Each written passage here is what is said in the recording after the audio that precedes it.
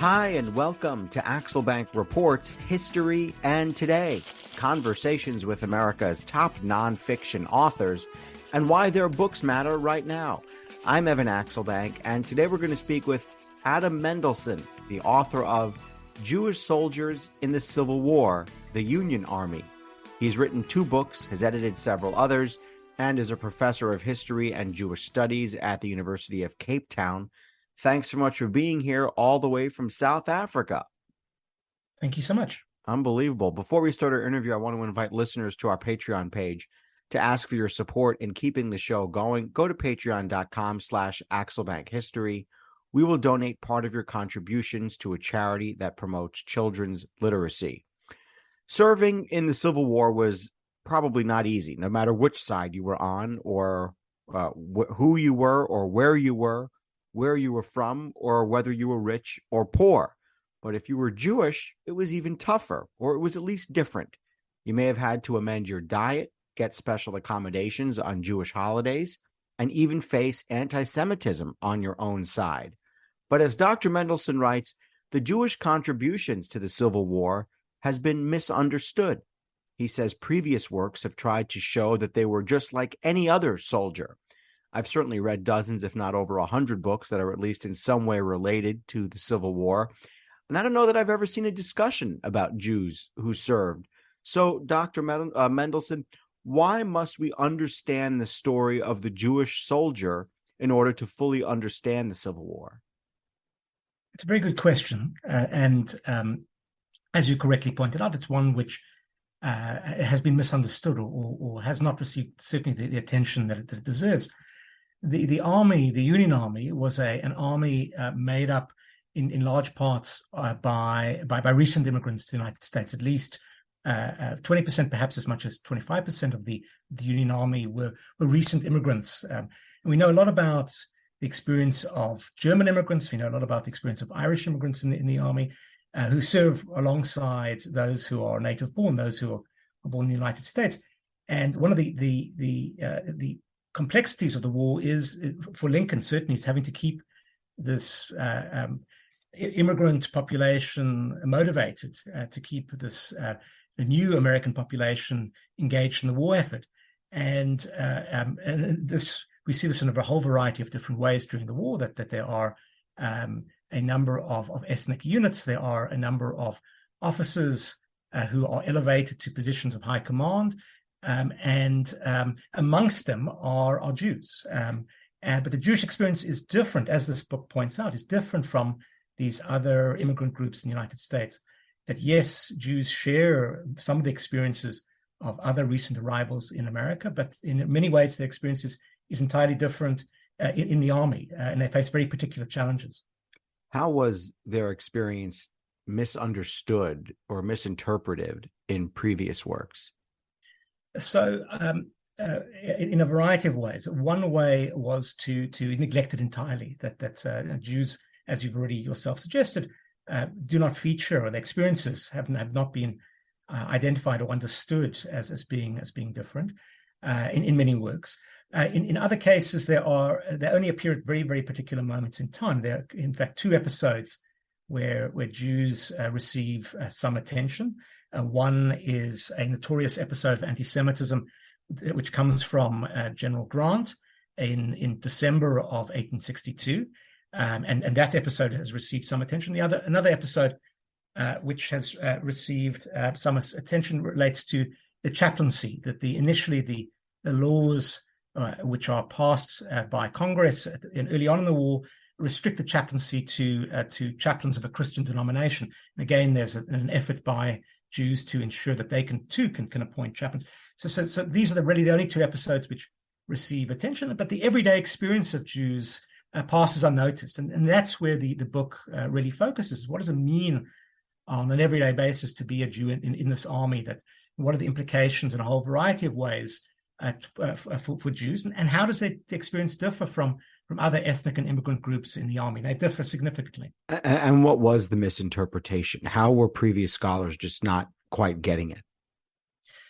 So in some cases, there was as I've suggested, there was in neglecting this experience entirely, and others assuming that the episodes which have received attention, so General Grant's General Orders Number 11 or the chaplaincy issue, that this was the sum totality of Jewish experience. Likewise, for example, all this attention to General Grant's notorious act of anti-Semitism in 1862, what it doesn't do is really to speak to what its implications on an everyday basis for Jews, and was this representative of everyday experience for Jews as well? Was anti-Semitism a dominant theme for Jews during the war? Your book says the most often asked question is how many, even though the book also suggests that might be the wrong question, or at least a misplaced question. But I will ask this misplaced question to just ask, how many Jews served in the Civil War out of the 200,000 Jews who lived in the United States in the 1860s? Again, it's a good question, and we still have an imperfect answer to it.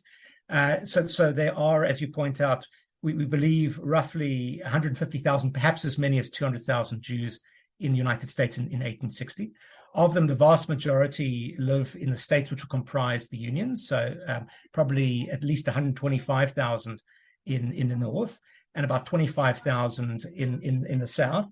And in terms of service, we know that a significant proportion, particularly in the Confederacy, do enlist, and that's a somewhat different story.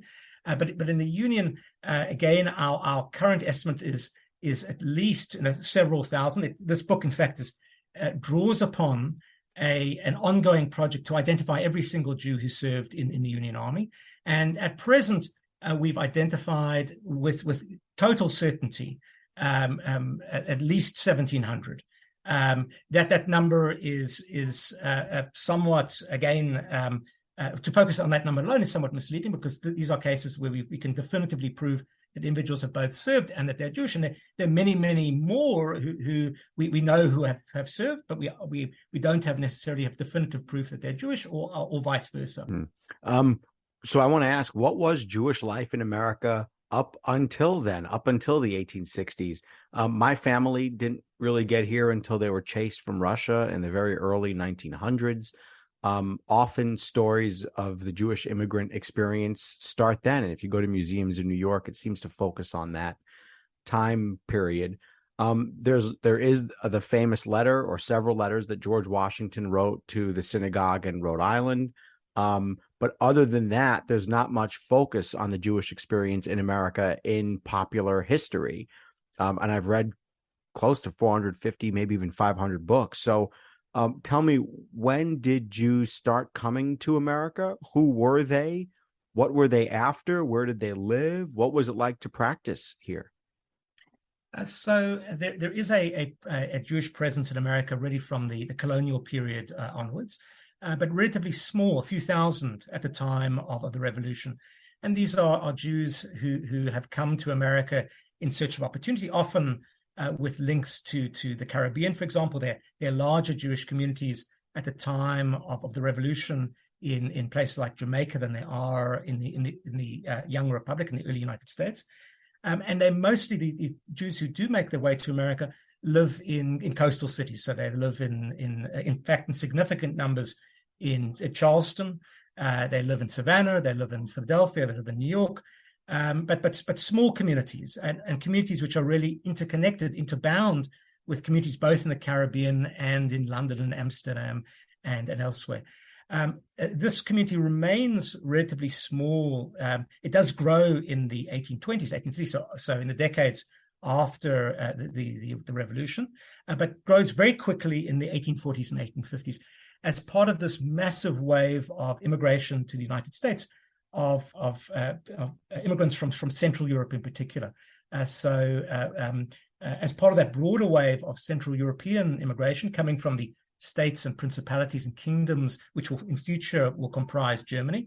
And amongst them are tens of thousands of Jews. So a community which is relatively small in 1830, by 1850 is much, much larger. It grows, a community which really grows exponentially during this period.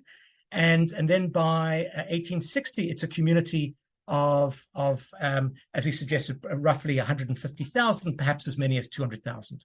What were the denominations of Judaism? Where did they practice, and what was practicing like in a country that, to that point, was, certainly predominantly Christian?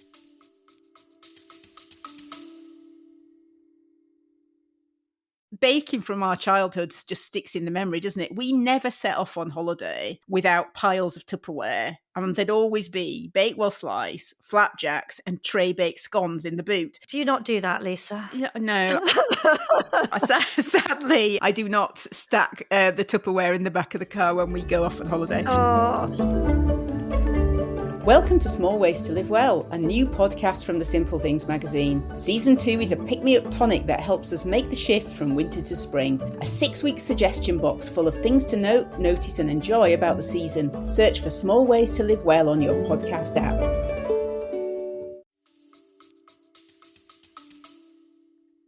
It's a good question. So most Jews who come to the United States are coming from fairly traditional Jewish homes.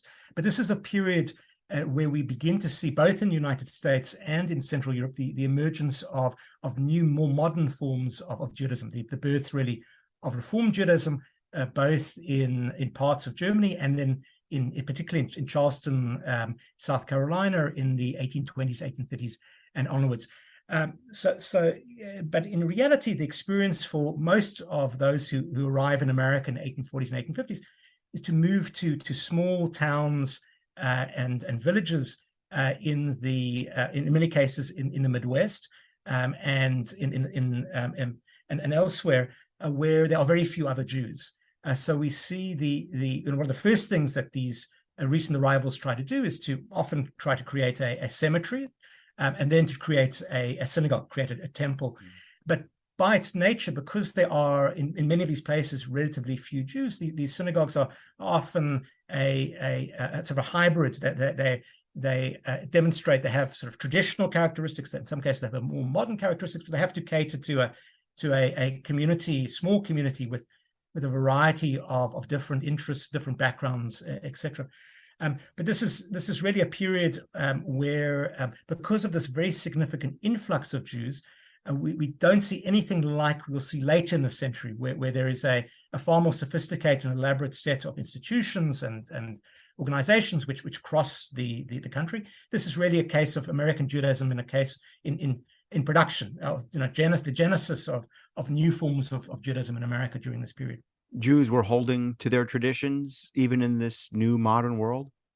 In some, it's a good question. In some cases, yes. In other cases, individuals seized the opportunities of, and in some cases had to confront the challenges of being newcomers in a new land, whereas in Europe they could draw upon family, they could draw upon existing institutions, it could draw upon, or sometimes were coerced into maintaining a Jewish identity because of the repressive state in which they live. In America, freedom is a blessing and a challenge. You get to make of Judaism what you want in America, and it becomes a voluntary identity as opposed to one which has been imposed upon you. And also, because Jews disperse in America, they move west in significant numbers, they settle in small towns, etc.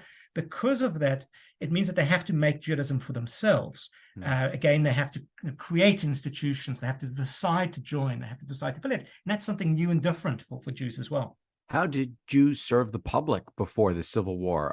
What was their role in public life? Did they run for public office? Did they serve as, tax collector or dog catcher, police officer, firefighter? What was the role in public life? Again, this is something which is new to Jews in some ways, particularly for recent immigrants. They're coming from societies where there are restrictions, and particularly public offices aren't open for Jews. And instead, in America, they find the opposite. We see, again, from very early on, Jews embracing all sorts of opportunities to become everything from the everyday roles, as you've described, so police officers and etc., to aspiring for political office as well. And we see in particular places, interestingly, in the South, Jews rising in some cases already into Congress and into the Senate prior to the war as well. So real sense of opportunity, which is, as I said, something of a great novelty to Jews in the United States. You say that Jews enthusiastically started enlisting when the Civil War began. What examples do we have about why Jews signed up and what their motivations were? So the Jews sign up in significant numbers early on in the war, and it's a pattern which they share with many others in April of 1861. That there's a sense that this is a war for those living in the particularly in the north, that this is a war for the Union, a war for preserving a country for which they have taken tremendous risk in crossing the Atlantic and trying to establish a new life for themselves. So there's certainly a sort of tremendous patriotic fervor which infects Jews and infects many others in particularly the early months of the war. That is certainly true of many Jews, but there are other motives as well, which they share again with the broader population as well. That we have interesting examples of Jews, particularly those who are economically marginal, those who've been hawkers and peddlers before the war, a very common occupation for Jews, particularly in the countryside, who find that their economic opportunity dries up. There's no money in circulation. That others have gone off to war. That no one wants to buy the goods, for example, that they are trying to hawk to those in the countryside. And again, in some cases, that's a motivation. That a sense of the military provides a sense of security, of opportunity as well. What do we know about the way Jews at the time felt about the issue of race and slavery? Obviously, slavery is the driving force behind the Civil War. And was that view subject to which side of the Mason-Dixon line you lived on? Yes, absolutely. So Jews in the Confederacy, it's something which I'm writing on, working on at the moment. Jews in Confederacy seem to in many ways follow broader patterns within Southern society.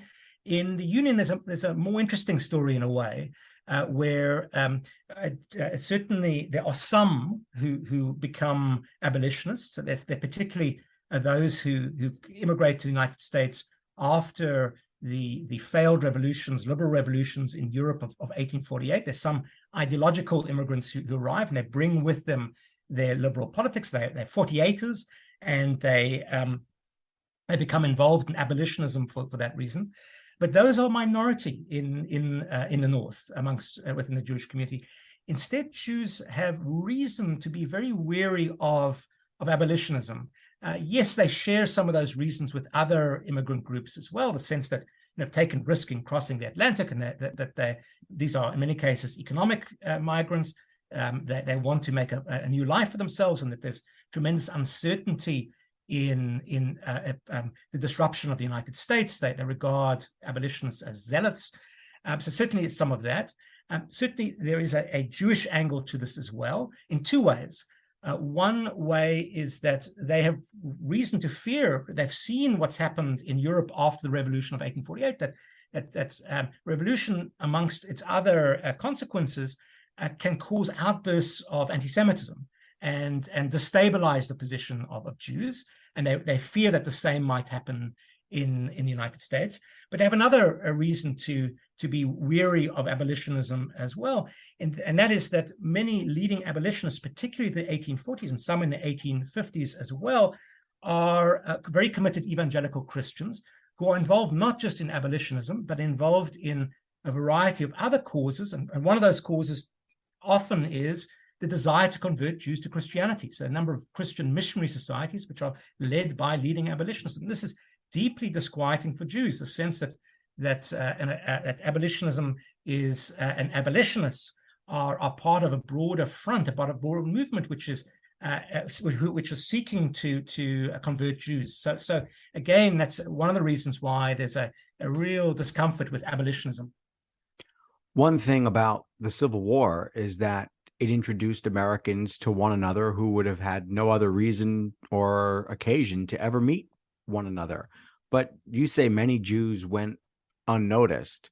I guess what was the reaction of other soldiers when they found out that there were Jews fighting alongside them? So this is where the experience of Jews differs from other immigrant groups, that unlike Irish and Germans, for example, Scandinavians, the Jews typically do not serve in ethnic regiments. We don't see a Jewish regiment in the same way that there is an Irish brigade or many, there's a German corps, et cetera, within the Union Army. So this means, and it's partly a function of the way in which the Jewish population is dispersed before the war, that Jews are living in small towns all over the place. And typically when you enlist for a regiment, you're enlisting in a local regiment. And because there are relatively few Jews in each place, it means that at most regiments will have a handful of Jews in it. A regiment of 1,000 men might at most have, a handful of examples of regiments with more than 30 Jewish soldiers within it.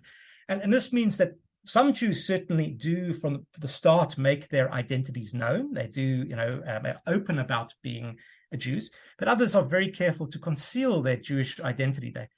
We have many, many cases of Jews adopting aliases to try and conceal their identities, or they keep it secret from their fellow soldiers. And this can sometimes have tragic consequences. There's a very moving account by a soldier called August Bondy, who himself is ideologically committed to fighting for the Union. Himself is an abolitionist.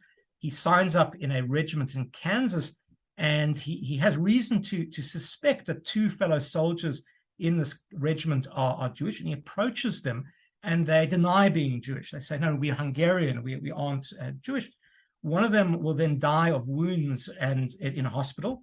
And August Bondy is then approached by another soldier who said, I have the soldier's personal effects, I have his papers, and there are these letters written in Yiddish in amongst the personal effects, which he can then read, which clearly demonstrate that the soldier is Jewish, the soldier who'd said to him that I'm not Jewish. And this is an example of a desire to conceal identity because of potentially the repercussions of that.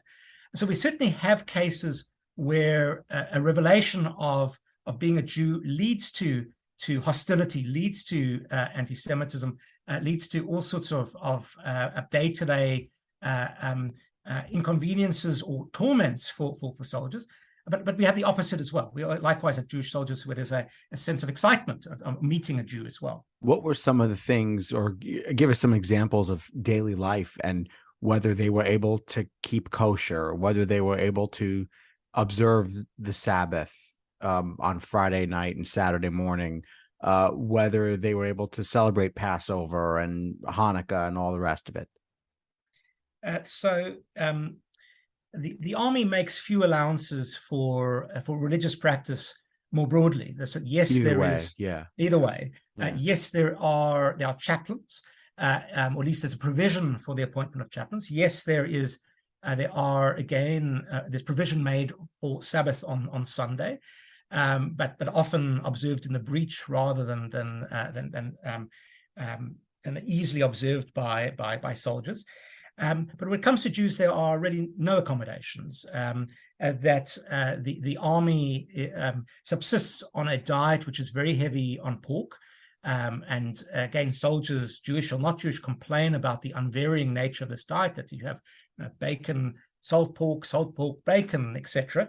and this is makes it very difficult for a traditional Jew to serve and to maintain kosher dietary laws.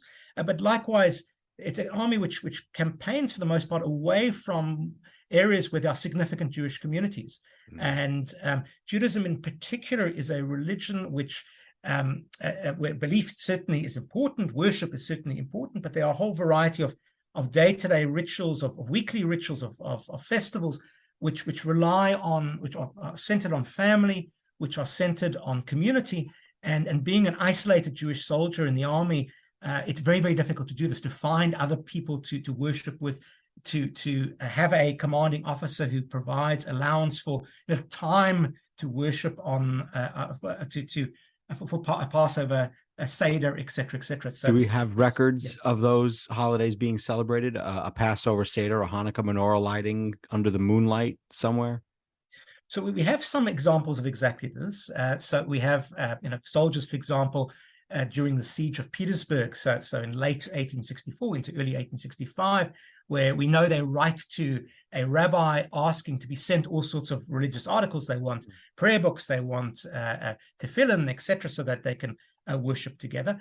Likewise, we have an extraordinary story from West Virginia early in the war of a Jewish soldier who he describes to us how he and other soldiers send off to Cincinnati. The sutler who's attached to their regiment returns to Cincinnati and brings back with him Passover matzah, unleavened bread, so that they can celebrate Passover together. And it describes their efforts to celebrate Passover, to make this a special meal. They have none of the traditional items required for Passover Seder. Yes, they have unleavened bread, but they don't have the other ritual items that the spicy the shank bone, vegetables, the shank bone, roses, yeah. Exactly. It's tough to find that stuff in Gettysburg, absolutely, right? Yeah, absolutely. Yeah, in the middle of the war. Instead they make do, and it's a wonderful account we have of the Seder, Passover Seder, going wonderfully wrong. There's an injunction for Passover Seder to drink 4 cups of wine. They drink far more than 4 cups of wine. They get rip-roaringly drunk, and they imagine themselves to be Moses and Pharaoh. The spicy herb that they eat turns out to be far spicier than I imagined, so that again leads to them drinking more wine. And it's really a very, very lively account of a Passover Seder, on a lonely mountaintop in West Virginia in late 1861. The Passover Seder can be quite grueling to begin with. I can't even imagine at the mountaintop in West Virginia during the Civil War. You've already mentioned the Chappelle. Is that how you say it? Chappelle roster. Chappelle, that's correct, yes. What were your sources for this? And now might be a good time to expand on the Chappelle roster, what it is and what the goal of it is. Absolutely. So it's an extraordinary project which began in 2009 with what initially was thought to be a modest target, modest goal of updating a much older list of Jewish soldiers who fought in the war. There's a list which is published in 1895, listing Jewish soldiers who fought in the Civil War, and Benjamin Chappelle, who's really the dynamo behind the Chappelle roster, decides that in 2009 what we need to do is update this list. And he recruited a research team to work on this, and they quickly established that the list contained a number of people who didn't satisfy the criteria which the Chappelle roster team sought to apply, that those who are listed need to be confirmed to be Jewish and need to have served in the war. And they both so excluded names from the list, but also quickly established that there were many, many hundreds of individuals who had been missed in this earlier exercise. And this team is still working today. The Chappelle roster, is now accessible online. So you can search for in a whole variety of ways using the search engine. And it'll bring up those who are the 1,700 plus Jewish soldiers who are those who are confirmed to be Jewish and confirmed to have served. And it's an ever-growing list. So the project, the research really, really continues. And what's extraordinary about it is that it contains not just their service records, but all sorts of other documentation that the research team found in the process. So pension records and marriage records and obituaries, etc. So certainly I drew on this for the book. But also more broadly, I read the diaries and letters and memoirs of Jewish soldiers as well. And the book really contains, it's focused on or draws upon a number of very lively and very interesting stories of individuals about whom we know a tremendous amount because of the letters that they wrote home or because of the diaries and memoirs that they wrote too. And how big of an archive is this? I mean, did you go through thousands of documents, tens of thousands of documents? So absolutely. So the Chappelle roster itself, the team has gone through hundreds of thousands. I mean, the scale here is enormous. And I really have benefited from their work, but certainly my own addition to it, the newspapers and the memoirs and the diaries, etc., and letters that I've looked at, again, are thousands upon thousands of documents, both of Jewish soldiers and then of other soldiers too, looking for discussion and mention of Jews. What are Christian soldiers writing about, thinking about Jews? Do they notice? Do they care? When do Jews come to their attention? When do they not? why did this book need to be more than text? It's interesting because most books these days are 9 inches by 6 inches. But this one is like maybe almost a foot long, and it's certainly wider than most books. And inside the book is not just your narrative, but there's also that kind of these glossy photos and reproductions of letters and pictures of people. And it's even printed in this glossy kind of format. So why did you make that choice for this? Why did you think that was important? So certainly, I think it's all in an effort to make the subject come alive, and also alive, but also to make the experience of everyday Jewish soldiers come alive too. So the documents which have been reprinted, which include photographs and letters and newspaper clippings and pension records, etc., really give you a sense of what it means to be a Jew and what their everyday experience is. And it reflects, again, the wealth of material collected by the Chappell roster, too. This is just a small selection from it. But if you go to the roster website, you can see these and many, many, many others, which have been collected over now more than a decade.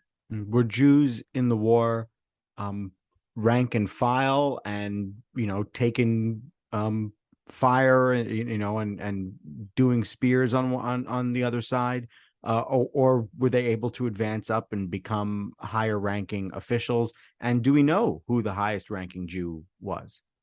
And this is one of the areas where there is an interesting difference between Jews in the Confederate Army and Jews in the Union Army.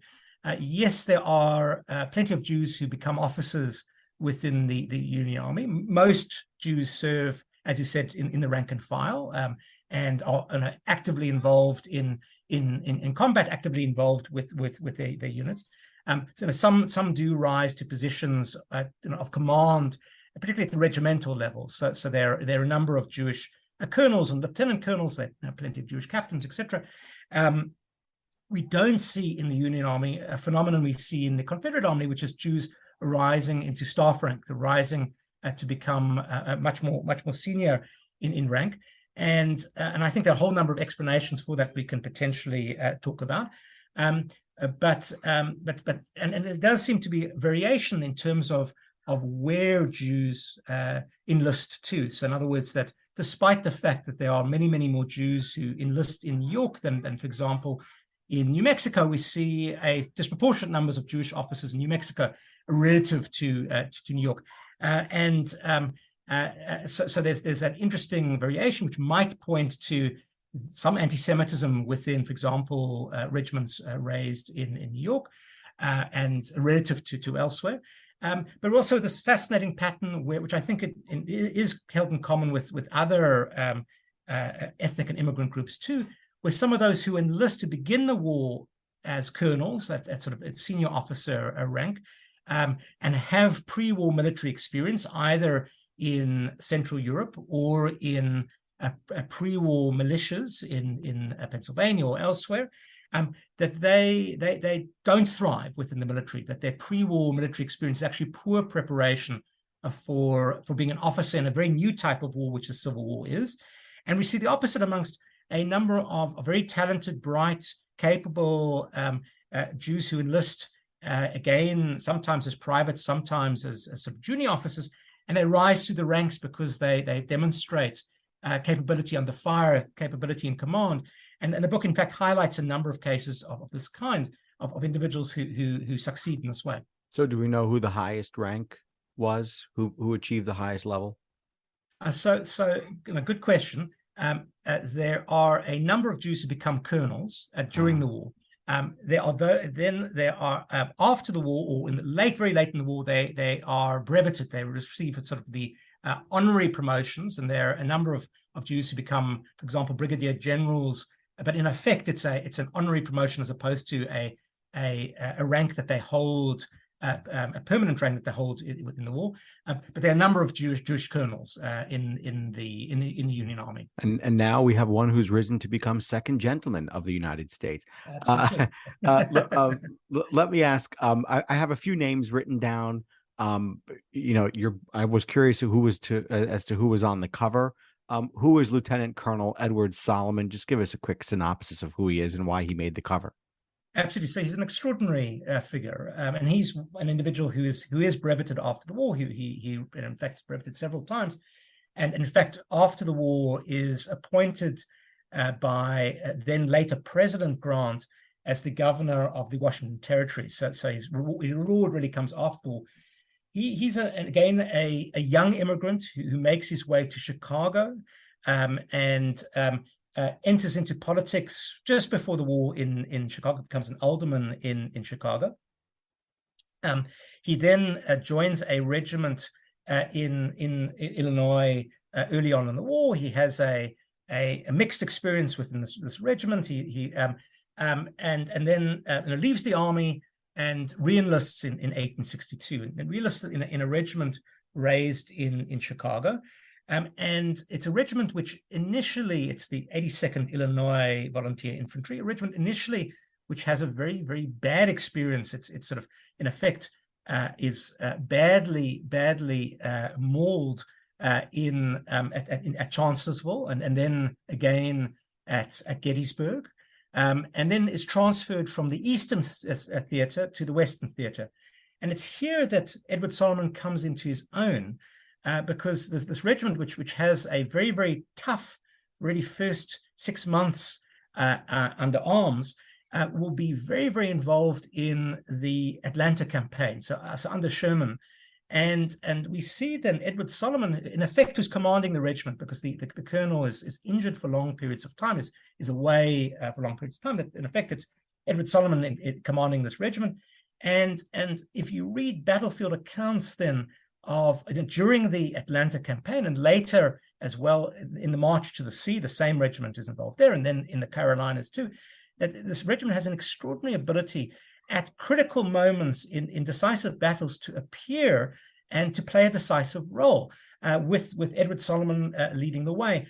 It's one of the curiosities to me, despite the fact that he is being mentioned in dispatches, being mentioned in correspondence after battles, and clearly is very distinguished and very, very capable, that he isn't advanced beyond the rank of lieutenant colonel. And again, I think there's a story there, difficult to detect, but I suspect that his Jewishness might have counted against him. But certainly he's rewarded after the war for his service. Two more names here. One is Colonel Grun and his efforts on Yom Kippur. I don't want to compare him to a baseball pitcher who became famous in the 50s and 60s, but tell us the story of Colonel Grun.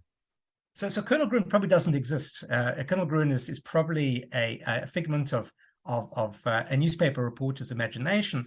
That there's a newspaper report, an account, actually just after the war, which appears in a newspaper in Vienna, describing Colonel Grun as having again acted heroically in battle, having encountered a fellow soldier who asks him for water. It's the Day of Atonement, it's Yom Kippur, and he scolds the soldier, saying, how dare you break your fast by wanting to drink water during this battle.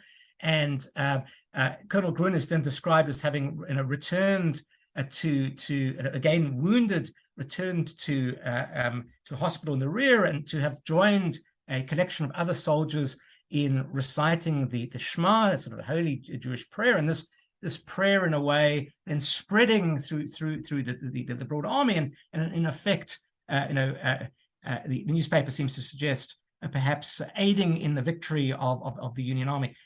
This is Colonel Grun and his exploits is used by this newspaper and more broadly as a demonstration of the wonders of America, of an ecumenical army where Jews are serving alongside others. And there is, even though he doesn't exist, there's a truth to this, that Jews are, as this newspaper describes, Jews serving alongside Catholics and Lutherans and all sorts of others. And that to European newspaper readers, there's tremendous novelty to this, a sense that this really is how America is so different from their own experience. But again, and I think that even though he doesn't exist, it really does speak to these broader truths about why why this war is so striking to Jews abroad. Yeah, you can fight during the civil. You can fight in the Civil War on Yom Kippur. Just don't take a drink of water. Absolutely. I'll try and remember that. There's one other story I want you to tell, which is the story of Lieutenant Isaac Cohn. You just mentioned the Shema, but he recited the Shema as a Confederate soldier who he figured out was Jewish, died right in front of him. Tell us that story. Again, it's a very emotional. Absolutely. So again, we have a number of accounts of this kind. This is one of the great fears of a number of Jews who enlist in the war, is that, as more broadly, this is a war which divides families, a war which divides the country in 1861 and thereafter. That this will pose a particular challenge for Jews, that they too will have this. Again, a novelty for Jews, an ability to volunteer for an army, to enlist in an army, something which is a new experience for Jews in historical terms, and that what it might mean is that you might encounter your fellow Jews on the battlefield. That it might mean that your musket shot, your bullet might result in the death of a Jewish soldier on the other side. And so we have accounts again of the kind that you've described, Isaac Cohn, where Jews do meet on the battlefield, and sometimes sort of family members, some who fight for the South, some who fight for the Union, some who fight for the Confederacy. Again, we have accounts of Jews who meet in this way, or sort of strangers who encounter each other as well, and we see examples of a variety of different kinds, generally of a sense of solidarity and connection.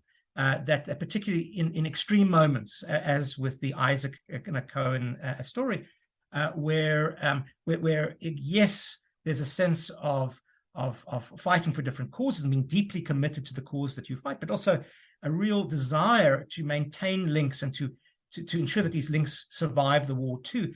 And we see this again and again, particularly when Jewish soldiers in the Union Army are stationed in or move through towns where in the Confederacy in the South, where they encounter fellow Jews, and there's a real sense of a desire to build or maintain a sense of solidarity despite the war, to in fact, in a way, not talk about the war, but to talk about what unites them.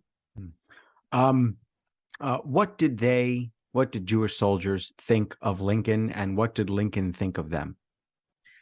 Very good question. So there's a wonderful book called Lincoln and the Jews, which explores Lincoln's relationship with Jews in more detail than I do. But certainly this book deals with what do ordinary soldiers think about Lincoln, and it's a mixed bag. I mean, again, for a variety of reasons, Jewish soldiers tend to be more closely aligned with the Democratic Party than with the Republican Party of Lincoln. And a number of them begin the war with a real commitment to the Union and the preservation of the Union, but again, a sense that this should not be a war to end slavery. But their thinking changes over time. Likewise, their thinking about Lincoln changes over time. We see a number of fascinating examples of Jewish soldiers who are quite hostile to Lincoln, share the views of a number of other Democrats and others before the war, during the war as well, where they see Lincoln as bumbling, they see Lincoln as a sort of a backwater rube, etc. But their thinking changes over time, often as their thinking about slavery changes too. That we see that they come to understand in a number of cases that the Confederacy needs to be punished. How do you punish the Confederacy? You do so by ending slavery. That you cannot end the war without destroying slavery. And we see this change in tandem, as I've described, where that often then leads them to rethink Lincoln and to see him as a very skilled wartime president. And we see the same thing too, by the way, with the attitude, for example, towards General Grant, who they, in many cases, are very, very disturbed by his notorious General Orders Number 11, but they come to appreciate him as a general later on. And that overrides their sense of unhappiness, uneasiness with him because of his anti-Semitic statements during the war. What was the reaction of Lincoln's assassination? Again, shock. And that's not just amongst Jews within the Union, but more broadly in Jews in the Confederacy too. And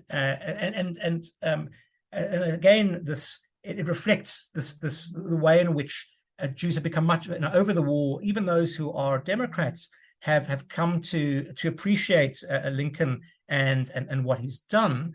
And so there's certainly what we see during Lincoln's burial and the ceremonies around his burial, that Jews, that we see rabbis across the United States making sermons, preaching sermons which are adulatory towards Lincoln. In fact, this is a large volume is published soon thereafter, collecting these sermons, and I think this really reflects the sense of, in a way, sometimes newfound appreciation of Lincoln too, that you don't really necessarily know what you've lost until you've lost it. Do we know how many Jews died in the Civil War?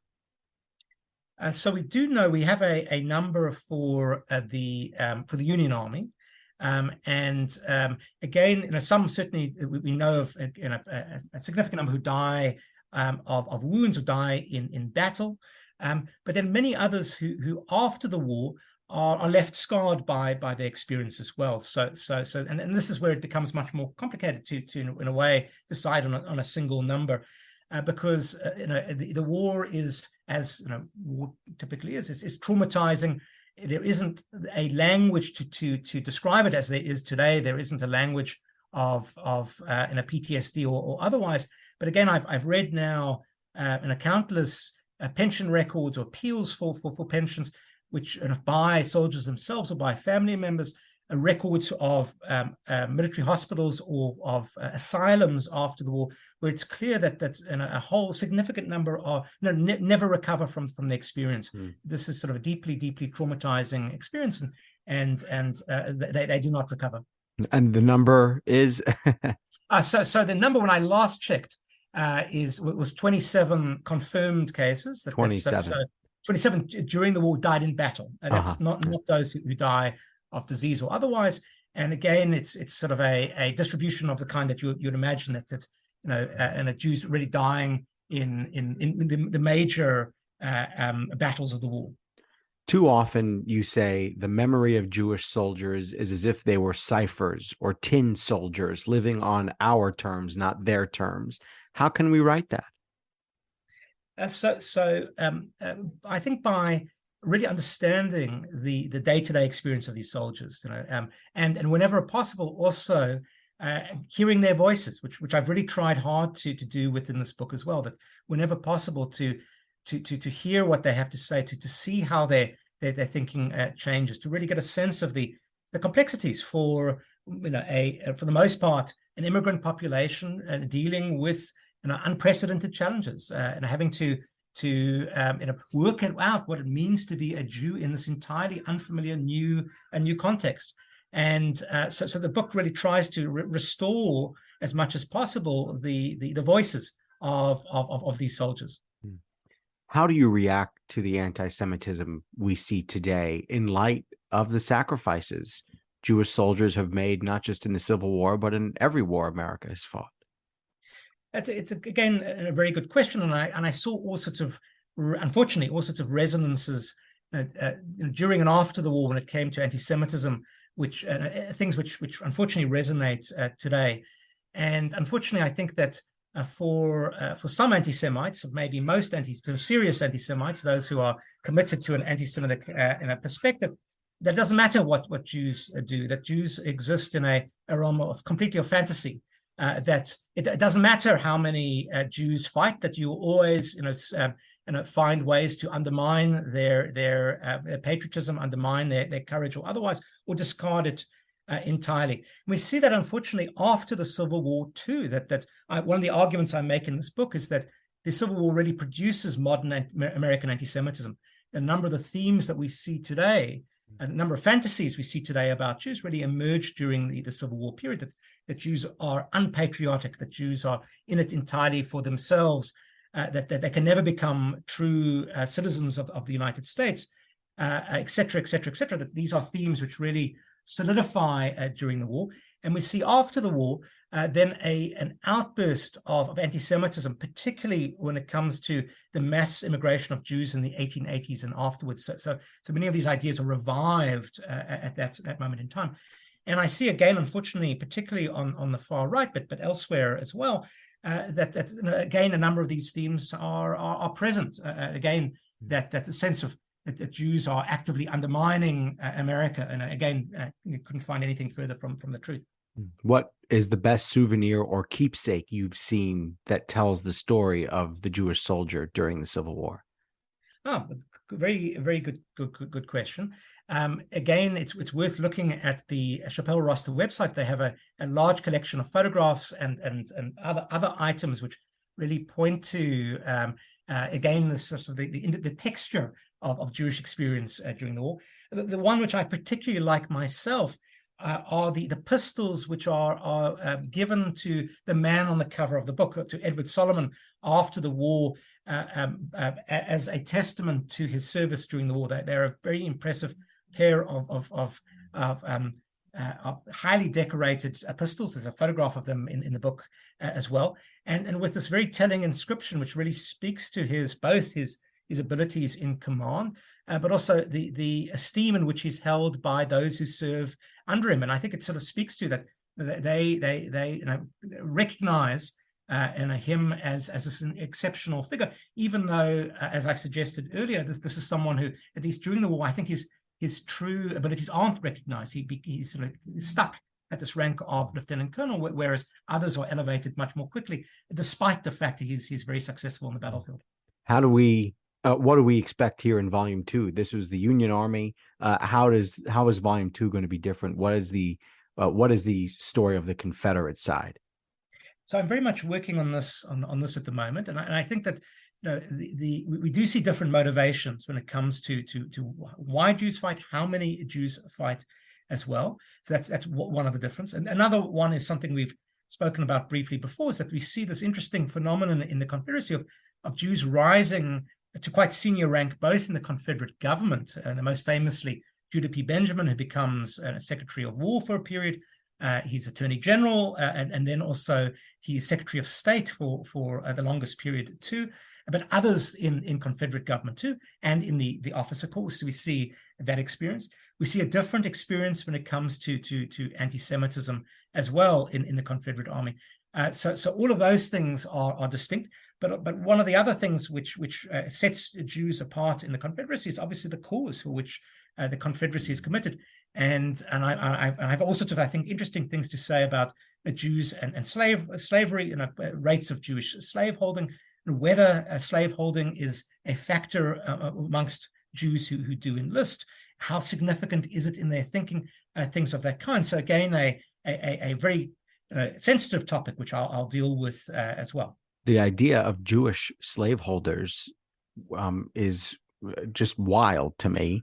And we had a discussion about this at a recent Passover, just trying to get our heads around that ideological leap that would have been required, given what Jews have been through very famously during Passover. I mean, what did they say during Passover, right?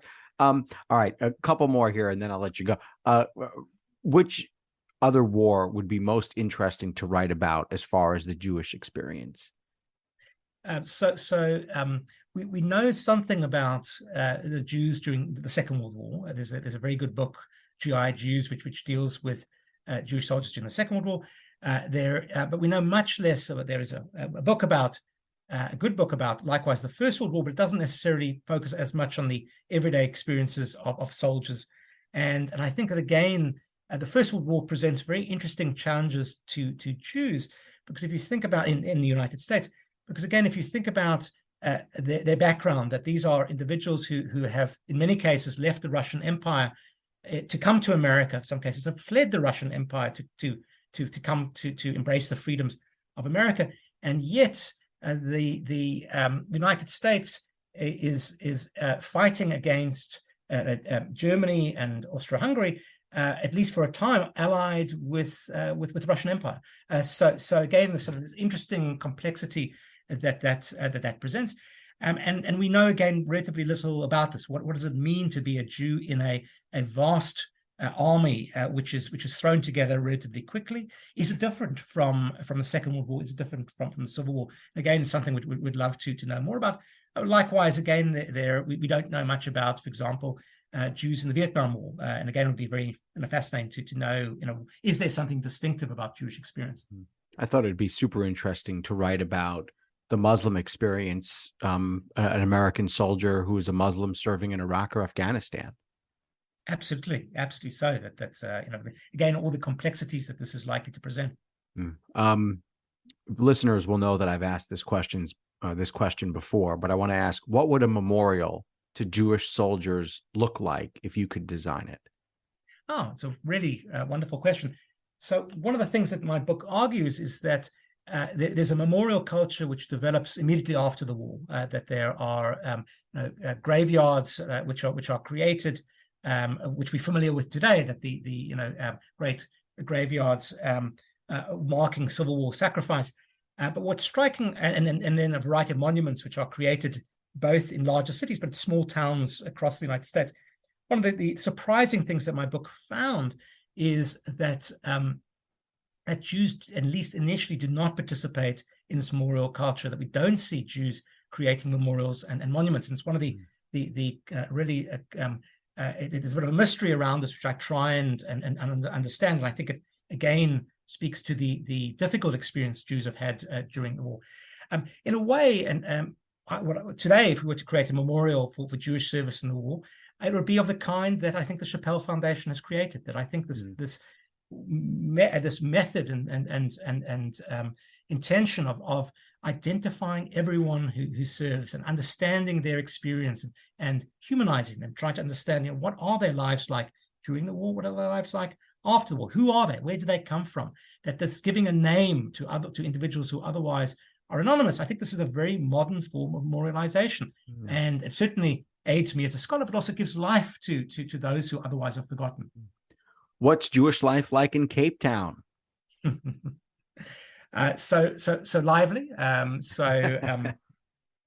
There are many fewer Jews in South Africa than there once were, but it's a community with now about 13,000 Jews in Cape Town. They're small by New York, New Jersey standards, yeah. but with a whole variety of institutions, of communal organizations. Otherwise, it's very, very lively and a communal life. So and again, in an interesting, South Africa is an interesting place. But one of its features is that we have many other problems, but one of the problems we don't have is anti-Semitism. That's it's sort of, again, a striking feature of South African life is that is a relative absence of anti-Semitism. Lots of hostility towards Israel, but that's a different story. What's it like studying America from overseas? How does that change the view of a historian? It's a good question. So I studied and then taught in the United States for quite a long time, and returned then. I'm originally from South Africa, returned to South Africa in 2015. And I think that I would argue that the positive, it does provide some distance and perspective and comparison. That what I try to do is to think about, are those that I write about, are they similar or different from other immigrants or ethnic soldiers in the Civil War, but also do they differ from, for example, Jews who fight in the South African War, in the Anglo-Boer War in South Africa. So it does, and I think, lend itself to that sort of comparison. That's been one of the features of my approach and of my work is trying to use distance in beneficial ways. At the same time, I'm a great beneficiary too of the fact that the Chappelle roster and their material is all online, and likewise that there's a tremendous amount of digital material available. So I can read. It's an extraordinary thing, but I can read letters written in 1861 from the comfort of my desk in Cape Town. Amazing. What a world. Dr. Adam Mendelsohn, the author of Jewish Soldiers in the Civil War, the Union Army. Thanks so much for being here. Thank you so much. I shouldn't say here, I should say there, but thanks for joining us. I want to invite listeners to our Patreon page to ask for your support in keeping the show going. Go to patreon.com/AxelBankHistory. We will donate part of your contributions to a charity for children's literacy. Thank you for listening to Axelbank Reports History and Today, conversations with America's top nonfiction authors and why their books matter right now. Check us out on Facebook, Twitter, and Instagram at Axelbank History. We update those with clips from the show, guest announcements, and book recommendations. See you next time. Thanks.